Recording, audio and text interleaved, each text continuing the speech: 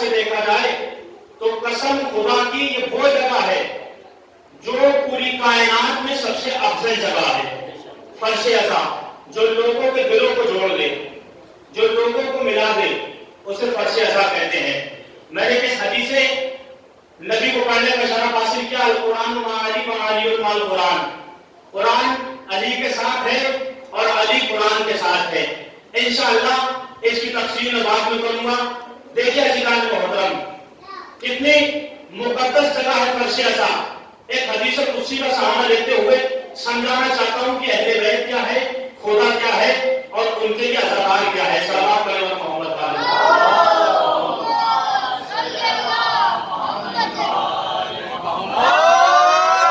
بسم اللہ الرحمن الرحیم. حدیث قدسی میں اللہ نے ارشاد فرمایا کنتو کنزا مخفیا. اللہ حدیث قدسی میں کہا کہ میں ایک چھپا ہوا خزانہ تھا, یعنی پروردگار اپنے آپ کو خزانہ کہہ رہا ہے. کنتو کنزا مخفیا, میں ایک چھپا ہوا خزانہ تھا. جب میں نے چاہا کہ میں پہچانا جاؤں, جب میں نے چاہا کہ میرا تعارف ہو, جب میں نے چاہا کہ میری تعریف ہو, تو میں نے سب سے پہلے محمد کو خلق کیا. آپ دیکھیے عزیزان محترم, توجہ چاہتا ہوں, سماعت کی میں نے دیکھ لی ہے. کیا کہا کہ میں چھپا ہوا خزانہ تھا, جب میں نے چاہا کہ میں پہچانا جاؤں تو سب سے پہلے میں نے محمد کو خلق کیا. اب آپ بتائیے کہ محمد کون ہے؟ محمد ہے اہل بیت. یعنی جملوں کو بدل کے کہہ دوں, اللہ کہہ رہا ہے کہ جب میں نے چاہا کہ میں پہچانا جاؤں تو میں نے اہل بیت کو خلق کیا. عزیزان محترم, میں کہوں گا پروردگار تعارف اپنا کروانا ہے, پہچان اپنی کروانی ہے, تعریف اپنی کروانی ہے. یہ وسیلہ, یہ اہل بیت کو وسیلہ کیوں بنایا؟ عجب نہیں کہ اللہ کی آواز نادان. میں یہی تو چاہتا ہوں, میں نے اہل بیت کو خلق کیا تاکہ یہ دنیا فانی میں جائے, اعمال یہ کرے, پہچان میری ہو جائے. صلوات علی محمد و آل محمد.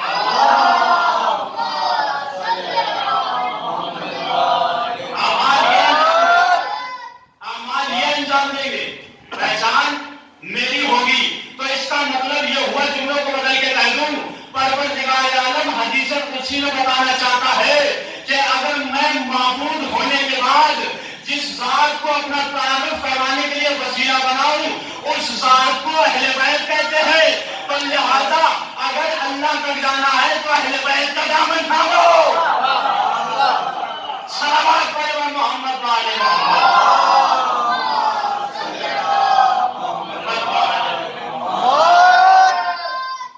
جب میں نے چاہا کہ میں پہچانا جاؤں تو سب سے پہلے میں نے محمد کو خلق کیا. محمد کون ہے؟ اہل بیت. اور اللہ کہہ رہا ہے کہ جب میں نے چاہا کہ میں پہچانا جاؤں تو سب سے پہلے میں نے اہل بیت کو خلق کیا. یعنی پروردگار معبود ہونے کے بعد اپنی تعارف کا وظیفہ اہل بیت کو بنائے. اور لہٰذا اگر ہم اللہ تک جانا چاہتے ہیں تو صرف اور صرف اہل بیت کے ذریعے جانا چاہتے ہیں. اور یہی وجہ تھی کہ کائنات کے سب سے عظیم اور کریم پیغمبر سے سوال ہوا. مسجد نبوی صحابیوں سے بھری ہوئی ہے. خطبہ جمعے کا خطبہ نبی پیش کر رہے تھے. چاہنے والے نے سوال کیا, اے اللہ کے نبی, اے اللہ کے رسول, اے اللہ کے پیغمبر, اے اللہ کے جانشین, ذرا یہ بتاؤ کہ ابتدائے دنیا کہاں سے ہوا, دنیا کا آغاز کہاں سے ہوا. آپ دیکھیے پہلا سوال کیا ہوا کہ دنیا کا آغاز کہاں سے ہوا. تاریخ بتاتی ہے کہ کائنات کے سب سے عظیم اور کریم پیغمبر نے اپنے خطبات کو ختم کیا اور اس سوال کرنے والے کا جواب دیا. کیا جواب دیا؟ اول ما خلق اللہ العقل. اللہ نے سب سے پہلے عقل کو بنایا. لیکن نبی سے سوال ہوا اور سوال ایک ہی ہوا. کئی طریقے کے لوگوں نے سوال کیا, سوال کرنے والے مختلف تھے, جواب دینے والا ایک تھا. جملوں کو بدل کے کہہ دوں, نبی کہتے ہی اسے ہے جو ایک سوال کے مختلف جواب دے. بھائی ایک سوال کا ایک جواب کوئی بھی دے سکتا ہے, لیکن ایک ہی سوال کے مختلف جواب یا نبی دے سکتے ہیں یا امام دے سکتے ہیں. کیا سوال ہوا؟ اے اللہ کے نبی ابتدائی دنیا کہاں سے ہوا؟ نبی نے مسکرا کے فرمایا اول ما خلق اللہ العقل. کھڑا ہوا، اے اللہ کے نبی دنیا کا آغاز کہاں سے ہوا؟ نبی نے اپنے سماج جماعت کو بدلا کیا تھا، اول ما خلق اللہ القلم، اللہ نے سب سے پہلے قلم کو بنایا۔ پھر یہی سوال ہوا آغاز دنیا کہاں سے ہوا؟ پھر نبی نے اپنے جملے کو بدلا، اول ما خلق اللہ العرش، بڑی توجہ، اللہ نے سب سے پہلے عرش کو بنایا۔ سوال یہی ہوتا رہا، نبی یہی فرماتے رہے، اول ما خلق اللہ القلم، اول ما خلق اللہ القلم، اول ما خلق اللہ العقل، اول ما خلق اللہ اللوح، اول ما خلق اللہ الکرسی، اول ما خلق اللہ الفلق۔ یعنی جب تمام سوال ہوئے تو ایک مولا کے چاہنے والے نے مسکرا کے پوچھا، اے اللہ کے نبی، اے اللہ کے رسول، اے اللہ کے پیغمبر، اے اللہ کے ولی، ذرا اتنا تو بتاؤ کہ ان تمام شے میں اللہ نے سب سے پہلے کسے بنایا؟ اب نبی کی پاک زبان پر پاک جملے جاری ہوئے، مسکرا کے فرمایا اول ما خلق اللہ نوری، اللہ نے سب سے پہلے میرے نور کو بنایا۔ ابھی جملے ختم نہیں ہوئے تو مسکرا کے کہا انا وعلی من نور واحد، میں اور علی ایک ہی نور سے کر کے سنو۔ نبی نے فرمایا سنو، جب اللہ نے میرے نور کو بنایا کہا یہ رحمت للعالمین ہے، جب علی کو بنایا کہا یہ قاتل المشرک ہے۔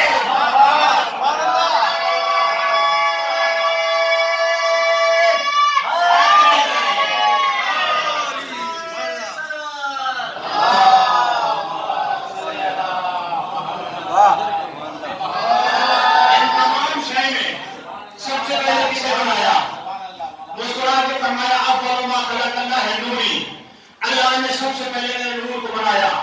حدیث ختم نہیں ہوئی تھی، انا وعلی من نور واحد، میں اور علی ایک ہی نور سے خلق ہوئے ہیں۔ جب میرے نور کو بنایا تو کہا کہ یہ رحمت للعالمین ہے، صلوات پڑھے گا محمد علیہ۔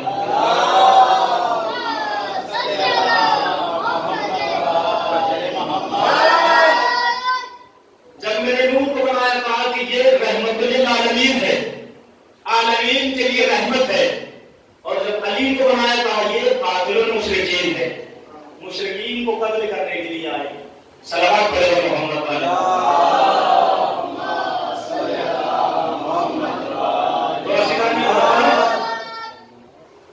امام اور نبی جو ایک سوال کے مختلف جواب دیں، عام بندہ ایک ہی سوال کا ایک جواب دے سکتا ہے، حد مہد دو جواب، تین جواب، لیکن ہر مرتبہ اپنے جملے کو نہیں بدل سکتا۔ یہ اللہ نے شرف دیا ہے صرف اور صرف نبی یا امام کو، اہل بیت کو یہ شرف بخشا ہے۔ اور مسجد کوفہ آپ تاریخ اٹھا کے دیکھیے، بڑی خواہش تھی، سازش تھی، لوگوں میں اختلاف تھے، کیا اختلاف تھے کہ اہل بیت کو پست دکھایا جائے۔ ہر دور میں سازش رہی کہ اہل بیت کو پست دکھایا جائے، معاذ اللہ استغفر اللہ نعوذ باللہ، اہل بیت کو ذلیل کیا جائے۔ لیکن کائنات کے ساری روایتیں، ساری تاریخ اٹھا کے دیکھیے، کوئی تاریخ یہ نہیں کہتی کہ کبھی اہل بیت کو پست دکھایا ہو۔ اور یہی وجہ تھی، ایک جملہ سے انشاءاللہ اس کے بعد اپنی منزل کی طرف، مولائے کائنات امیر المومنین علیہ الصلوۃ والسلام خطبہ پیش کر رہے ہیں کوفے کے منبر سے، مسجد کوفہ میں تشریف فرما کے امام نے ایک آواز کو سنا۔ آواز کیا تھی؟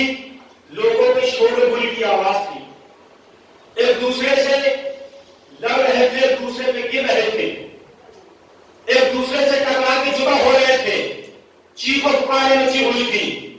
مولانا کائنات نے منبر سے پوچھا، اے لوگوں وجہ کیا ہے، گھبراتے کیوں ہو؟ بڑی توجہ سے سنا۔ مسکرا کے لوگوں نے کہا، پریشان ہو کے کہا، یا علی ایک بہت بڑا اژدہا مسجد کی طرف آ رہا ہے، بہت بڑا اژدہا ہے اور وہ ہماری طرف آ رہا ہے، مسجد کی طرف آ رہا ہے۔ مسجد صحابیوں سے بھری ہوئی ہے، صحابی پریشان ہوئے، یا علی اگر وہ ہمارے قریب آیا تو ہمیں قتل کر دے گا۔ تاریخ بتاتی ہے کہ مولائے کائنات نے منبر سے کہا، سوال کرنے والا کون تھا، بتانے والا کون تھا کہ اژدہا مسجد کی طرف آ رہا ہے؟ لوگوں کے خلیفہ تھے، خلیفہ صاحب آئے، یا علی بہت بڑا اژدہا ہماری طرف آ رہا ہے۔ علی نے مسکرا کے فرمایا، بتاؤ چاہتے کیا ہو؟ کہا ہم یہ چاہتے ہیں کہ اسے قتل کر دیا جائے۔ علی نے منبر سے مسکرا کے فرمایا، میری اجازت ہے، قتل کر دو. کہا یا علی ایسے کیسے ہو سکتا ہے، اتنا بڑا اجتماع میں کیسے قتل کروں؟ پھر علی نے مسکرا کے فرمایا ٹھیک ہے، اگر تم اس کو قتل نہیں کر سکتے ہو تو اسے راستہ دے دو، صفوں کو ہٹا لو، یہ میرے پاس آئے گا. یہ کائنات کے امام ہے، ذرا تصور کریے، توجہ چاہتا ہوں. یہ میرے پاس آئے گا. تاریخ بتاتی ہے صحابیوں نے اپنی صفوں کو ہٹایا، وہ اژدہا دور سے چلتا ہوا آیا، پہلی صف کو چیرتا ہوا، دوسری صف کو قریب جاتا ہوا. تاریخ بتاتی ہے کہ منبر کی پہلی سیڑھی پر آیا، منبر پہ مولا کائنات موجود ہے.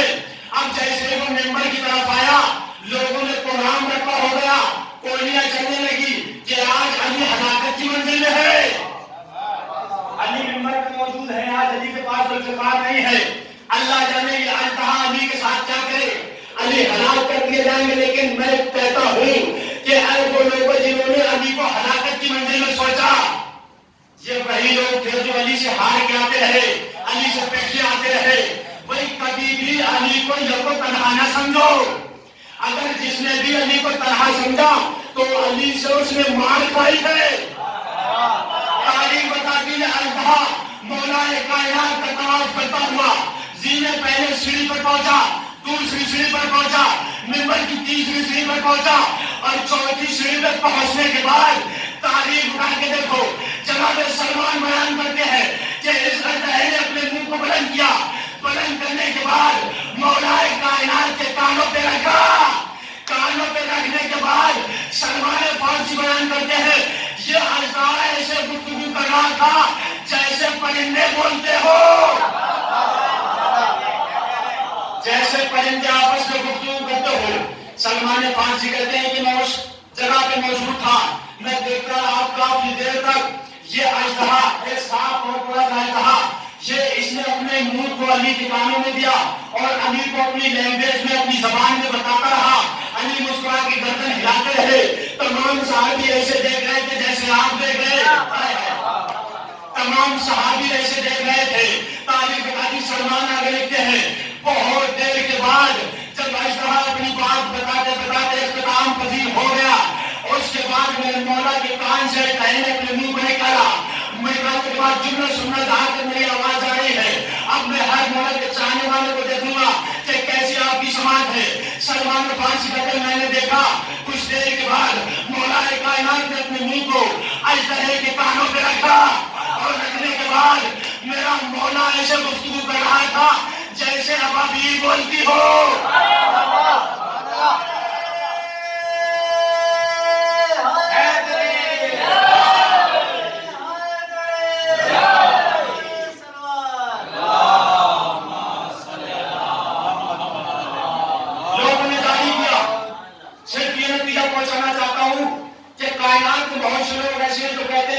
صرف اور صرف انسانوں کے امام ہیں یا جناتوں کے امام ہیں. یہاں پر جانے آپ ثابت یہ کرنا چاہتا ہوں کہ علی کائنات کے امام کیسے ہیں، ہمارے 12 امام کائنات کے ہادی اور رہبر کیسے ہیں. تاریخ بتاتی سلمان فارسی بیان کرتے ہیں کہ کچھ دیر کے بعد جب مولا کائنات نے اسے بتانے کے بعد وہ اژدہا منبر سے اترنے کے بعد کچھ ہی دور چلا تھا کہ ایک خلیفہ صاحب بڑے جلال میں اٹھے اور اٹھنے کے بعد اژدہے کے پیچھے جانے لگے. علی نے مسکرا کے فرمایا خبردار اژدہے کا پیچھا نہ کرنا ورنہ تم ہلاک کر دیے جاؤ گے. لیکن یہ صاحب نہ مانے، اژدہے کے پیچھے پیچھے جاتے رہے، دیکھنا چاہتے تھے کہ یہ ہے کون. تاریخ بتاتی ہے کہ جیسے ہی اژدہا مسجد کوفہ سے نکلا، نکلنے کے بعد اژدہے کو آواز ہوئی کہ میرے پیچھے کوئی ہے. جیسے ہی اژدہے نے پلٹ کے دیکھا فوراً واپس ہوئے. واپس ہونے کے بعد فوراً اپنے مسجد میں پہنچے. مسجد میں جانے کے بعد پریشان ہوئے، ہلاکت کی منزل میں آ گئے. کراتے ہوئے جسم سے کہا یا علی میں آپ پہ قربان ہو جاؤں، لیکن مجھے اتنا بتاؤں گے اژدہا تھا کون. جیسے یہ فکر کہا مولا مسکرائے. مسکرانے کے بعد کہا خبردار یہ کوئی اور نہیں درجان ابن مالک تھا، قوم جنات سے ہے. یعنی یہ کیوں آیا تھا؟ کہ یہ قوم جنات سے ہے. درجان ابن مالک اس کا نام ہے. یہ میرے پاس سفیر بن کے آیا تھا، بطور ایلچی بن کر آیا تھا. جاننا چاہتے ہو کیوں؟ جناتوں کو اپنے مسئلات میں مشکلات آ گئی ہے. بڑی توجہ، یعنی میں بتانا یہ چاہتا ہوں جب رات میں جناتوں کو اپنے مسئلات میں مشکلات آ گئی تھی تو یہ اپنے سوالوں کا جواب مجھ تک لے کے آیا تھا. میں کہوں گا کیا کہنے جا رہی آپ کے ایک لمحے میں اشعری نے بتا دیا کہ سنو کائنات کے لوگوں، جو پوری کائنات کا امام ہو اسے علی ابن ابی طالب کہتے ہیں. صلوات پڑھیں محمد والے. ایک لمحے میں فیصلہ کر کے بتا دیا، علی سے گفتگو کر کے بتا دیا کہ علی پوری کائنات کے امام ہے. چاہے انسان ہو یا جانور ہو، جنات ہو، کچھ بھی ہو، پوری کائنات کے امام ہے. جہاں تک کہ میں نے اپنی پچھلی مجلس میں بیان کیا تھا کہ صرف اور صرف مولا کائنات کو اتنی فضیلت ملی ہے کہ 12 اماموں میں صرف مولا کائنات ایسے امام ہے جو اپنی ماں کے بھی امام ہے اور اپنے باپ کے بھی امام ہے. باقی کسی امام کو یہ فضیلت نہیں ہے کہ جو اپنے باپ کا بھی امام ہو اور اپنی ماں کا بھی امام ہو. امام تو 12 ہے لیکن فضیلت صرف اور صرف مولا کائنات کو دی گئی ہے. صلوات پڑھیں محمد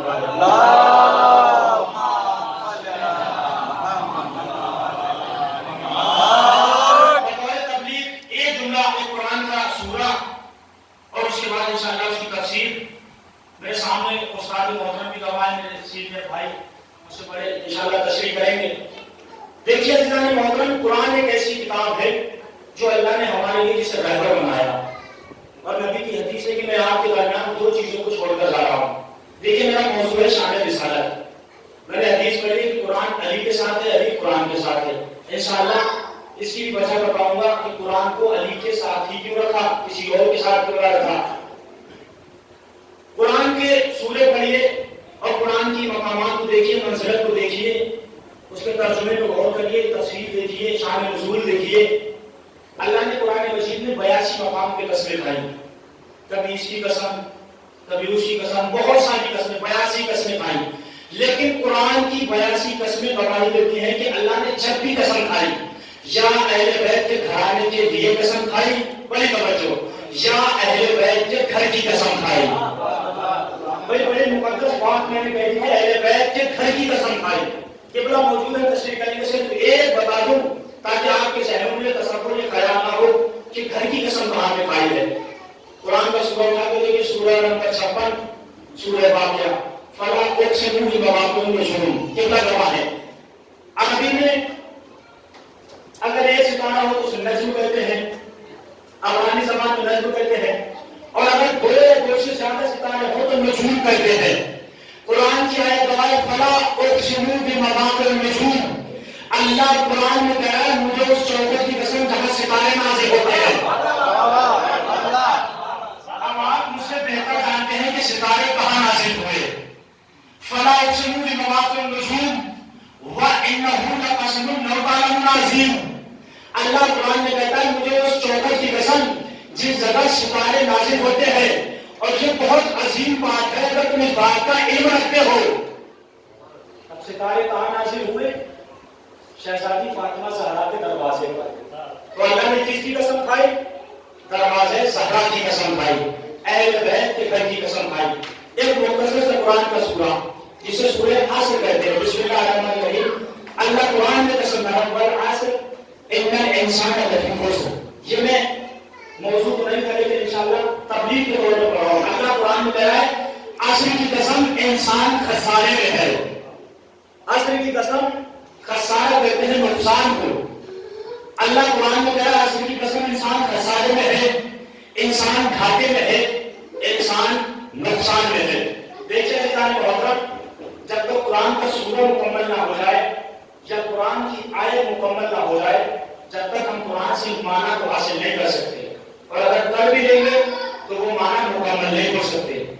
اس لیے پوری آیت کو پڑھا جائے، پورے سورہ کو پڑھا جائے، انشاءاللہ محسوس کریں گے.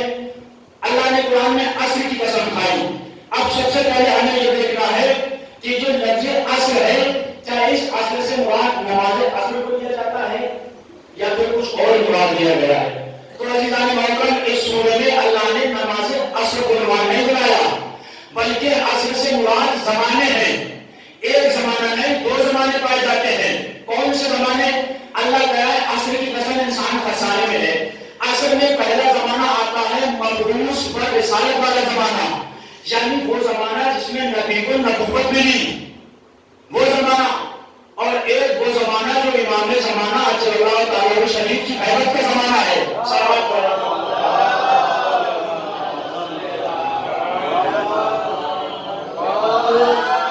دو زمانے پائے جاتے ہیں عصر میں. ولا سکن الانسان لفی خسر. تم لوگ بدل کے کہتے ہو اللہ قرآن میں کہہ رہا ہے کہ مبعوث و رسالت والے زمانے کی قسم، امام زمانہ کے قیادت والے زمانے کی قسم، انسان خسارے میں ہے، انسان نقصان میں ہے، انسان گھاٹے میں ہے. اب ہم پر یہ واجب ہے اللہ سے کہے پروردگار کیا ہر انسان خسارے میں ہے، کیا ہر انسان گھاٹے میں ہے، کیا ہر انسان نقصان میں ہے؟ نہیں عزیزان محترم، اللہ کی آواز آئی، قرآن کی آیت آئی الا الانسان لفی خسر. بڑی توجہ، یا بسم اللہ الرحمن الرحیم ان الانسان لفی خسر. اللہ نے کہا اس کی قسم انسان خسارے میں، کیا ہر انسان خسارے میں؟ نہیں. ولا ان الانسان لفی خسر الا الذین آمنوا، سوائے ان لوگوں کے جو ایمان لے کر آئے. یعنی جو صاحب ایمان ہے وہ خسارے میں نہیں ہے. میں کہوں گا پروردگار کا ایمان ہونا کافی ہے، آوارہ نہیں. الا الذین آمنوا وعملوا الصالحات، وہی ایمان ہونا کافی نہیں ہے، ایمان کے ساتھ ساتھ اچھے اعمال ہو. نتیجے تک لے جانا چاہتا ہوں. میں کہوں گا پروردگار کیا صاحب ایمان ہو، اچھے اعمال ہو، یہ کافی کا نہیں. الا الذین آمنوا وعملوا الصالحات وتواصوا بالحق وتواصوا بالصبر. بڑی توجہ، میں کہوں گا پروردگار کیا صاحب ایمان ہونا کافی ہے، صاحب ایمان کے ساتھ ساتھ اچھے اعمال ہونا ضروری ہے. اعمال ہی نہیں، حق کی ہدایت کرنے والا بھی ہو، صادق کے راستے پہ چلنے والا بھی ہو. یعنی اگر یہ چار صفتیں موجود ہیں تو وہ انسان خسارے میں نہیں ہے. چار صفتیں ہونا چاہیے بطور قرآن کے مطابق.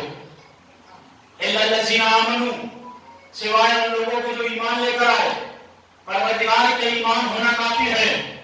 وعملوا الصالحات، جنہوں نے اچھے اعمال انجام دیے، ایمان کے ساتھ ساتھ اعمال. وتواصوا بالحق، حق کے ساتھ چلنے والا ہو، حق کی ہدایت کرنے والا ہو، حق کی پیروی کرنے والا ہو. وتواصوا بالصبر، اور صبر کے راستے پہ ٹھہرنے والا ہو. صلوات پڑھیں محمد پر.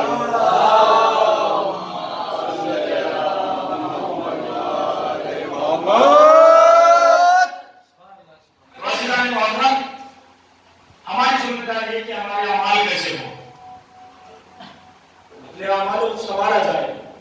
روایتیں کہتی ہیں، بعض روایتیں کہتی ہیں کہ مہینے میں، اور بعض روایتیں کہتی ہیں کہ ہفتے میں ایک مرتبہ ہمارے اعمال ہمارے ہاتھ حجت کے پاس جاتے ہیں.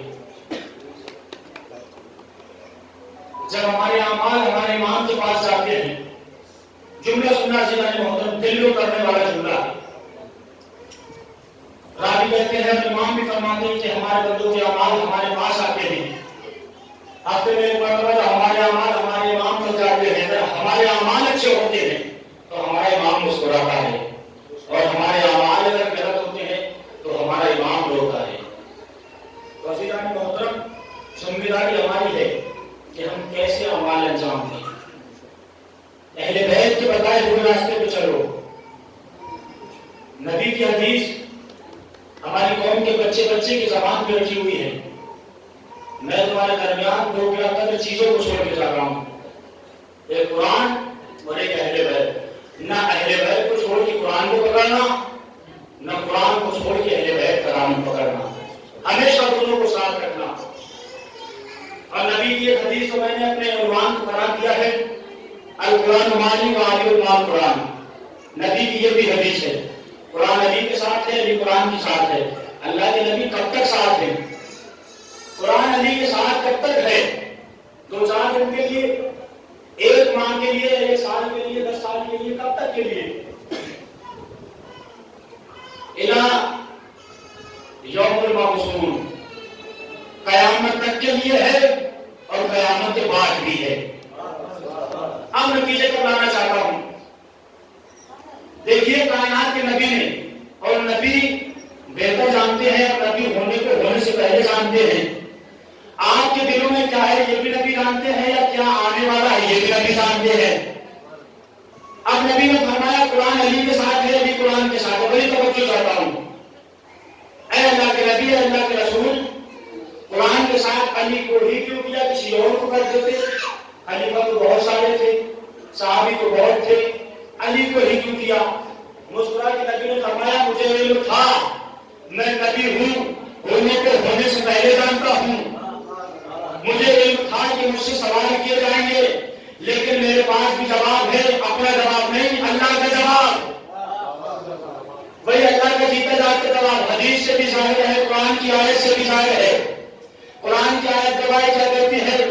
وَمَا يَنطِقُ عَنِ الْهَوَىٰ إِنْ هُوَ إِلَّا وَحْيٌ يُوحَىٰ۔ اللہ قرآن میں کہتا ہمارا نبی جب تک کلام نہیں کرتا جب تک ہم نہ چاہے، تو اس کا مطلب پہلے اللہ بولتا ہے بعد میں نبی۔ کہ میں نے علی کو اس لیے ساتھ کیا۔ دیکھیے عزیزان محترم، یہ تو آپ بھی جانتے ہیں، کائنات کے رہنے والے جانتے ہیں کہ کبھی بھی حلال اور حرام ایک جگہ جمع نہیں ہو سکتا۔ بہت بڑا جملہ میں نے پیش کر دیا، کبھی جائز اور ناجائز ایک جگہ پہ جمع نہیں ہو سکتے، کبھی حلال اور حرام ایک جگہ پہ جائز جگہ نہیں اکٹھے نہیں ہو سکتے، جمع نہیں ہو سکتے، کبھی حق اور باطل ایک جگہ برابر نہیں ہو سکتا، ہمیشہ حق الگ ہوتا ہے، باطل الگ ہوتا ہے، ظاہر الگ ہوتا ہے، باطن الگ ہوتا ہے، حلال الگ ہوتا ہے، حرام الگ ہوتا ہے۔ نبی نے مسکرا کے فرمایا میں نے علی اور قرآن میں ایسی فضیلتوں کو دیکھا جو دونوں کے دامن کو جوڑ دیا، بڑی توجہ، دونوں کے دامن کو جوڑ دیا۔ سوال کرنے والے نے سوال کیا، اے اللہ کے نبی کیا دیکھا؟ کہا تم نہیں دیکھ رہے ہو، قرآن میں اور علی میں فرق کیا ہے؟ بھئی علی بھی حاضر ہے، قرآن بھی حاضر ہے، قرآن بھی حاضر ہے، علی بھی حاضر ہے، قرآن بھی رہبر ہے، علی بھی رہبر ہے، قرآن بھی طیب ہے، علی بھی طیب ہے۔ بڑی توجہ، بڑی توجہ، قرآن بھی رہبر ہے، قرآن بھی ہدایت کرتا ہے، علی بھی ہدایت کرتا ہے۔ بھئی قرآن علی کے ساتھ ہے، علی قرآن کے ساتھ ہے۔ اس کا صاف مطلب یہ ہے، نبی بتانا یہ چاہتے ہیں کہ کائنات کے لوگوں دیکھ لو، اگر خندق میں علی تو خندق میں قرآن، اگر علی خیبر میں ہے تو خیبر میں قرآن ہے، اگر علی معراج پہ ہے تو معراج پہ قرآن ہے۔ یعنی اس کا مطلب یہ ہوا کائنات میں جس جگہ قرآن ہے وہاں علی ہے، اور علی اور قرآن میں جملہ سننا، علی اور قرآن میں اتنا فرق ہے، جو قرآن دیکھ کے پڑھا جائے اسے قرآن ثابت کہتے ہیں، علی وہ ہے جسے قرآن ناطق۔ صلوات علیہ محمد۔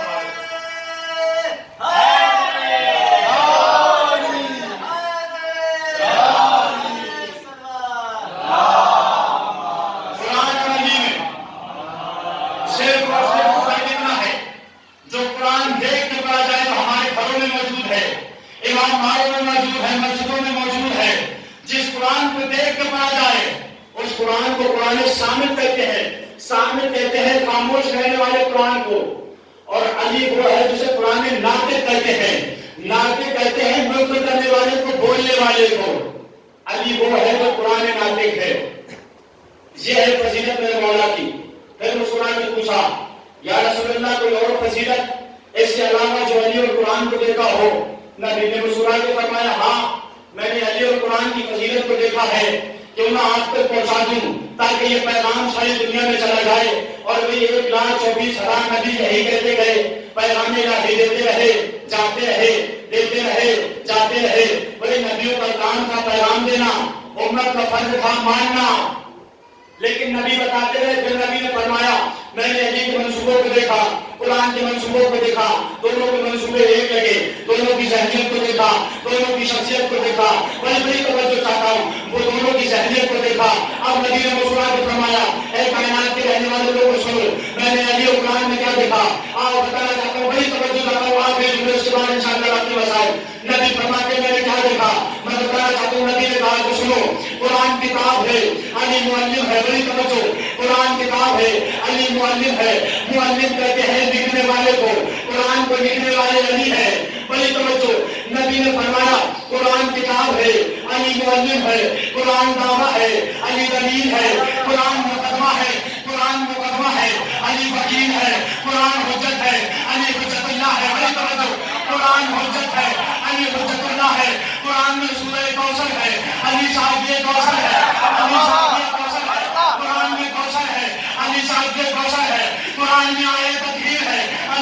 نما ہے، قرآن میں آیت تطہیر ہے، علی شاہ نما ہے، قرآن میں سورہ حمد ہے، علی صاحب نمائے حمد ہے، نبی نے مسکرا کے فرمایا سنو علی اور قرآن کی وجہ سنو، اگر قرآن کو پڑھو تو تلاوتیں ہوتی ہیں، علی علی کرو تو عبادت ہے۔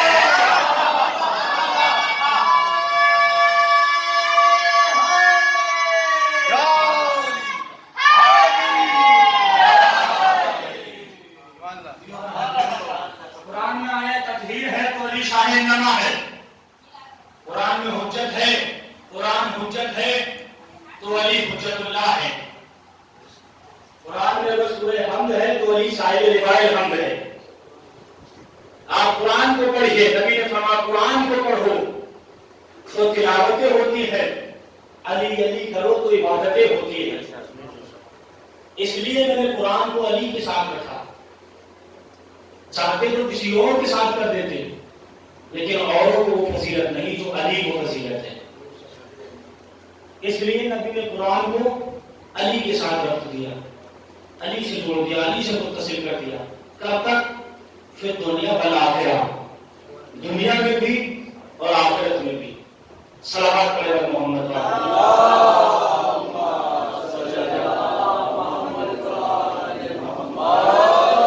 تو عزیزان محترم، ہمارے اعمال اچھے ہونا چاہیے،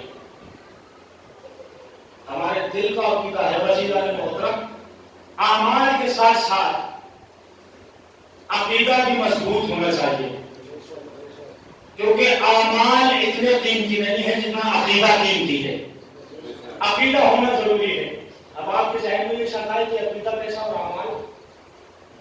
عقیدے کو منزلیت دے دی گئی اور اعمال کو پستیت میں ڈال دیا گیا۔ زندہ جیتی جاتی مثال پورا قرآن پڑھ کے دیکھ لیجیے، اور قرآن سمجھ میں آئے تو شیطان کا واقعہ پڑھیے۔ شیطان سے بڑا عبادت گزار کون تھا؟ شیطان سے زیادہ اچھے اعمال کس کے تھے؟ اگر شیطان نے مان کھائی تو صرف اور صرف عقیدے کے ذریعے سے، یعنی نجات کا دار و مدار اگر اعمال کے ساتھ ہوتا، اعمال پہ ہوتا، تو شیطان سے بڑا جنتی کوئی نہیں تھا۔ لیکن شیطان کو لعنت کس نے ڈلوائی؟ صرف اور صرف عقیدے میں۔ تو عقیدے کے ساتھ ساتھ اعمال بھی ہو، اور اعمال کے ساتھ ساتھ عقیدہ بھی اچھا ہونا چاہیے۔ اور اہل بیت کی محبت دل میں رکھنا چاہیے۔ بہت سے فرقے ایسے چلے ہیں کہ علی کی محبت اور علی کی ولایت نماز میں ظاہر کرو، نماز میں نہیں، دل میں ہونا ضروری ہے۔ دل میں ہے محبت اہل بیت کی، اور مرنے کے بعد امام کی حدیثوں میں آگے دیکھو، سینے سے ایک نور نکلتا ہے جو تمام نوروں سے سوال کرتا ہے۔ تقریباً روایتیں کہتی ہیں کہ مرنے کے بعد قبر کے اندھیرے میں جسم سے 7 یا 8 نور منور ہوتے ہیں، اور ایک ہی نور، اگر اجازت ہو تو میں 2 جملے سناؤں۔ دیکھیے، جب انسان قبر کی منزل میں جاتا ہے تو تاریخ بتاتی چھٹے امام کی حدیث سنا کے دیکھیے، جو حدیث امام نے ابھی تک مکمل نہیں کی ہے، مختصر ہے، ابھی تک مختصر کر کے چھوڑ دی۔ لوگوں نے سوال کیا مولا اپنی اس حدیث کو مکمل کریے، امام نے فرمایا نہیں۔ کب مولا کیوں؟ کہا جس وقت میں یہ حدیث کو پیش کر رہا تھا اس وقت میں جلال کے عالم میں تھا، بڑی توجہ۔ اور مولا کائنات کے نہج البلاغہ میں خطبے جیسے خطبہ شخصیہ کہا جاتا ہے، وہ خطبہ مولا نے ابھی مکمل نہیں کیا ہے، ابھی پورا نہیں کیا ہے۔ کیوں؟ اس لیے کہ مولا سے بھی سوال ہوا کہ مولا اس خطبے کو مکمل کرو، تو مولا نے کہا نہیں، جس وقت میں نے اس خطبے کو پیش کیا تھا اس وقت میں جلالت کے عالم میں تھا، میرے چہرے پہ جلال تھا، تو میں نے بیان کیا تھا۔ امام نے فرمایا کہ جب ہمارا چاہنے والا اس دنیا فانی سے قبر کی منزل میں جاتا ہے تو قبر کے اندھیرے میں جب وہ لیٹ کے اس کے چلے آتے ہیں اس کے گھر والے، تو تاریخ بتاتی ہے کہ سب سے پہلا نور اس مرنے والے کے سینے سے منور ہوتا ہے۔ بڑی توجہ، وہ نور سینے سے نکلتا ہے، سینے سے نکلنے کے بعد میت کا طواف کرتا ہوا مرنے والے کے سرحانے آ جاتا ہے۔ سرحانے آنے کے بعد سینے سے نکلا ہوا نور کچھ دیر میں یہ دیکھتا ہے کہ داہنی سائڈ سے نور نکل رہا ہے، جس کے مرنے والے کے۔ پھر اس کے بعد مرنے والے کے داہنی سائڈ سے نور نکلتا ہے، تو وہ سینے سے نکلا ہوا نور اس داہنی طرف والے نور سے سوال کرتا ہے کہ تم کون ہو؟ تو وہ دائیں طرف والا نور سینے والے نور کو جواب دیتا ہے کہ میں اس کے غلامان ہوں جس نے دنیا میں رہنے کے بعد نماز کو قائم کیا تھا، میں اس کا نور ہوں۔ پھر تاریخ بتاتی ہے دوسرا نور منور ہوتا ہے، پھر وہ سینے سے نکلا ہوا نور کہتا ہے کہ تم کون ہو؟ تو وہ نور جواب دیتا ہے کہ دنیا میں رہنے کے بعد اس نے جو روزوں پر کام کیا میں اس کا نور ہوں۔ پھر تیسرا نور نکلتا ہے، وہ سوال کرتا جاتا ہے، وہ نور سوال کرتا ہے جو سینے سے نکلتا ہے، ہر مولا کے چاہنے والے کے سینے سے نکلتا ہے، چاہے وہ کوئی بھی ہو، مرد ہو یا عورت ہو۔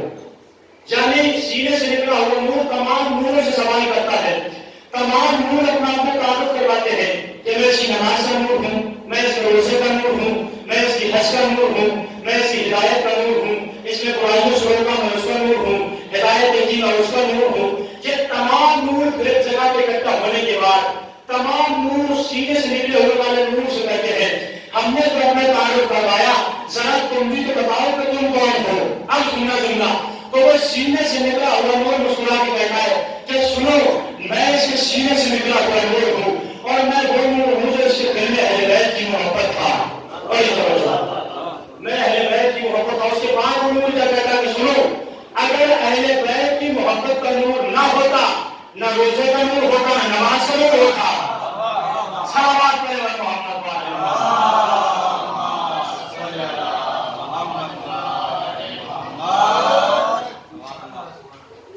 اگر اہل بیت کی محبت نہیں ہے تو نماز بھی کسی کام کی نہیں، روزہ بھی کسی کام کا نہیں۔ نماز میں ظاہر نہیں کرنا ہے، دل میں عقیدہ یہ ہے کہ اہل بیت کے ماننے والے ہیں۔ ولایت ہو تو دل میں ہو، زبان پہ لانا جائز نہیں ہے۔ تو عزیزان محترم، میں نے اپنی منزلت کو رخ دیا، انشاءاللہ کبھی اور موقع ملے گا تو خصوصاً شان رسالت اور شان حضرت ابو طالب علیہ السلام کو بیان کیا جائے گا۔ مسلسل آپ دلیہ افزائی کر رہے ہیں کہ شبیہ تابوت کی برآمد ہوا تھا۔ یہ ایام ایسے ہیں کہ جیسے عشرائے محرم ہو۔ عزیزان محترم، ہمارے لیے کل یوم عاشورہ کل ورزن کربلا، ہمارے لیے ہر دن عاشور کا ہے، ہر زمین کربلا کی ہے۔ عزاداران مظلوم کربلا ڈھونڈنے کے لیے آمادہ ہوئے ہیں۔ جانتے ہیں جب ہم اور آپ دلیہ کرتے ہیں تو جناب سکینہ پھوپھی اماں کے دامن کو پکڑ کرتی، پھوپھی اماں یہ کون لوگ ہیں جو رو رہے ہیں؟ تو جناب زینب کہتی ہے اے میری لاڈلی سکینہ یہ کوئی اور نہیں بلکہ تیرے بابا کے عزادار ہیں۔ جانتے ہیں جناب زینب جب یہ فکر کرتی تھی تو جناب سکینہ کیا کہتی تھی؟ پھوپھی اماں کاش یہ عزادار کربلا میں ہوتے تو میرے بابا کے گلے پر خنجر نہ چلایا جاتا۔ جزاک اللہ۔ آپ والوں کو بلند کر کے روئیے گا۔